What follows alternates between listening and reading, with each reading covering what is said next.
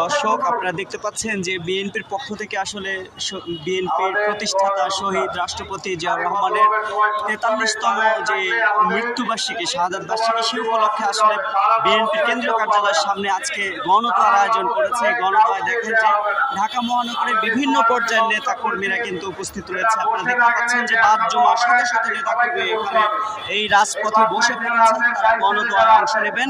আজকের এই গণদোয়ায় যারা বিএনপির কেন্দ্রীয় পর্যায়ের নেতৃবৃন্দ রয়েছেন, তার মধ্যে রয়েছেন বিএনপির স্থায়ী কমিটির সদস্য, বিএনপির মহাসচিব মির্জা ফখরুল ইসলাম আলমগীর, বিএনপির স্থায়ী কমিটির সদস্য মির্জা আব্বাস, বাবু বশর চন্দ্র রায় এবং বিএনপির সিনিয়র যুগ্ম মহাসচিব রুহুল কবির রিজভী। আজকের প্রোগ্রাম সভাপতিত্ব করছে ঢাকা মহানগর দক্ষিণের আহ্বায়ক বীর মুক্তিযোদ্ধা আব্দুল সালাম এবং সঞ্চালনা করছেন মজদুর অর্থাৎ রফিকুল আলম মজদুর। এই যে দেখেন শত শত নেতা কর্মী কিন্তু এখানে উপস্থিত রয়েছে এই গণদোয়ায় অংশ নেওয়ার জন্য।